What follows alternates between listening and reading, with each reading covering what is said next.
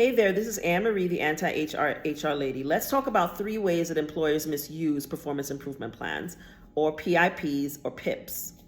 Now, I've been getting a lot of inquiries from people about being put on performance improvement plans that they believe are rooted in discrimination in their workplace. And I recently did a video where I talked about, when is the best time to raise issues of discrimination relevant to a PIP, and hint, hint, it's before you're put on a PIP. And I'll put a link to that in this video. But if you have recently been put on a PIP, pay attention. If you aren't on a PIP, but you are experiencing discrimination in your workplace, pay attention, because I'm going to explain 3 ways that employers misuse PIPs in the workplace. So the first way that employers misuse PIPs is that there's usually a lack of notice that you're going to be put on PIP. So if you are put on a performance improvement plan, it shouldn't be a surprise, right? If your manager decides to put you on one, it should be because there have been ongoing issues with your performance, and they've decided that they need to put a structure in place with metrics and very clear deadlines and goals to help you improve your performance. Now, as I've explained in other videos and in multiple blog posts, we're often told as employees that PIPs are to help us improve employment. But the reality is that employers usually use PIPs as the last step towards termination. It allows them to document performance issues so that they can claim that the reason they're letting you go is for cause, and that it is performance related and has nothing to do with any illegal reason that they shouldn't not be firing you, like discrimination. So as I always say, it's better to raise issues of discrimination before you are put on a PIP. But if you believe that you are put on a PIP wrongfully, these are things that will help you to challenge it. So the first thing is, if you are put on a performance improvement plan, shouldn't be a surprise. You should have had feedback from your employer on more than one time, indicating that your performance is not up to snuff. So if you find that you get put on a PIP and you're completely blindsided by it or shocked by it, that's a red flag that it's being misused, because it should not come as a shock to an employee that they're put on a performance improvement plan, because they should have already had conversations where their manager raised concerns about their performance. The first notice that you get that there are concerns about your performance should not be in the form of a PIP.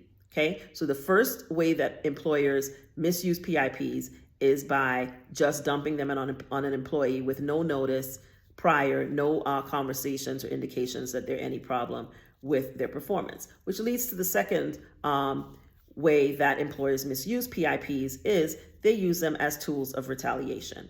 So a lot of times the reason why an employee doesn't have any notice that there's any issue with their performance is because there is no issue with your performance. But instead, you're being put on a PIP by your manager with the help of human resources, because you went to either your manager or human resources and complained about some kind of wrongdoing or issue in the workplace.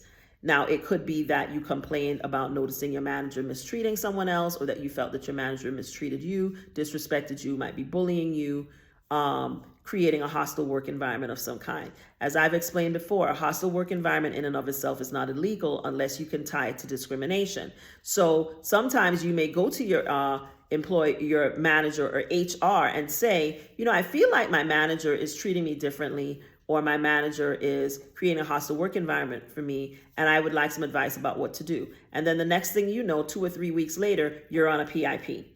And that's because you may not understand that what you said has triggered concerns of risk with HR, that you're raising concerns that could expose the company to liability, because you're saying that they're treating you differently, which could indicate that there's discrimination. So they may go ahead and put you on a PIP and start taking the necessary steps to get rid of you, when you just went in there hoping that they would help you deal with the problem you're having with your manager. And that, in fact, is not okay. It's retaliatory, and they're not supposed to do that. But a lot of them do, because employees don't know that they're not supposed to retaliate against you for a complaint of discrimination by putting you on a PIP. But it happens quite a bit. So it's very important to know that if you are going to go to HR to raise issues about discrimination, you have to have a strategy mapped out. Don't just go in there blindly and raise it, because it could result in you being put on a PIP. Wrongfully, but in fact, they will put you on a PIP and start taking steps to try to get rid of you because they see you as a threat. So the second way that employers misuse the PIP process is by using it to retaliate against employees for raising concerns about wrongdoing in the workplace. And it may be illegal wrongdoing like discrimination, or other types of wrongdoing like bullying, harassment of other kinds that are not necessarily illegal but may violate company policy. So just know that when you're putting plans together to go to HR to complain about anything relevant to your manager, that you might be putting yourself in a position to be targeted with a PIP. So make sure you have a strategy together before you go to HR. Now, the third way that employers misuse the PIP is to write in such an ambiguous and subjective manner that it's impossible for you as an employee to actually meet the requirements of the PIP. And again, when this happens, it's intentional, and it's because they don't have any intention of really helping you to improve in your performance. They're just using the PIP process to push you out the door. Now, if you believe that you are being subjected to discrimination in your workplace, please make sure that you're carefully documenting your workplace. A journal is very useful for that, and I have a downloadable electronic version of a journal on my website that you can access.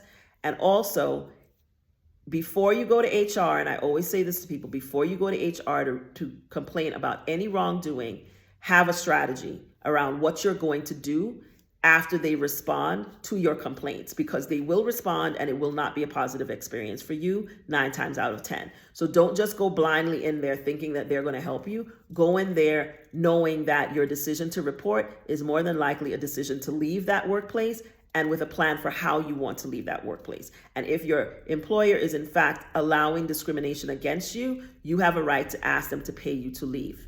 Okay, so have a strategy and a plan in place. Don't just go, because what will often happen is that you will end up on a PIP, and then oftentimes they will use that process to push you out the door because they see you as a threat. So I hope this video shines a light on one of the many ways that employers use PIPs very improperly, and the way that they misuse them, especially how they use them as a retaliation tool against employees that raise concerns at the workplace, especially employees who raise concerns that could expose the employer to risk liability and legal liability. So if you notice that any of this is a part of the PIP that you have that you have received, you might want to reach out to me and book a discovery call, because what your employer is doing is not right and you should be able to challenge it, but you need to have a strategy around how you're going to challenge it. Specifically, if you believe that the reason you were put on the PIP is because you raised issues of discrimination in your workplace. And that's a very important thing to understand, that distinction. Obviously, if there are performance issues and you're not doing your job well, your employer has every right to put you on a PIP. But if you have perfect performance reviews and you've never had any issues raised around your performance, and then you went to your employer and raised concerns and find yourself on a PIP, we should have a conversation, and we should have a conversation soon. Because if you are on a PIP, they're planning to terminate you. They're not doing it so they can rehab you. They're doing it so they can paper it over and get rid of you. How to ask for an exit from a discriminatory hostile work environment with cash and actually get it. It's on my website. It's on sale through April 30th. We're running a spring sale. You can get it for $399, marked down from $599. So grab access while you can. But I definitely wanted to make sure that you guys understand that the PIP process is often misused in American workplaces, and how it is misused, so that you can look out for this if it is happening in your workplace, and understand that if you are put on a PIP, you are being tracked for termination. So it's really important that you act quickly to mitigate that and to push back on that if you believe that the PIP is wrongful. Now, obviously, if you believe that there is an issue with your performance and you deserve to be on the PIP, that's a whole different conversation.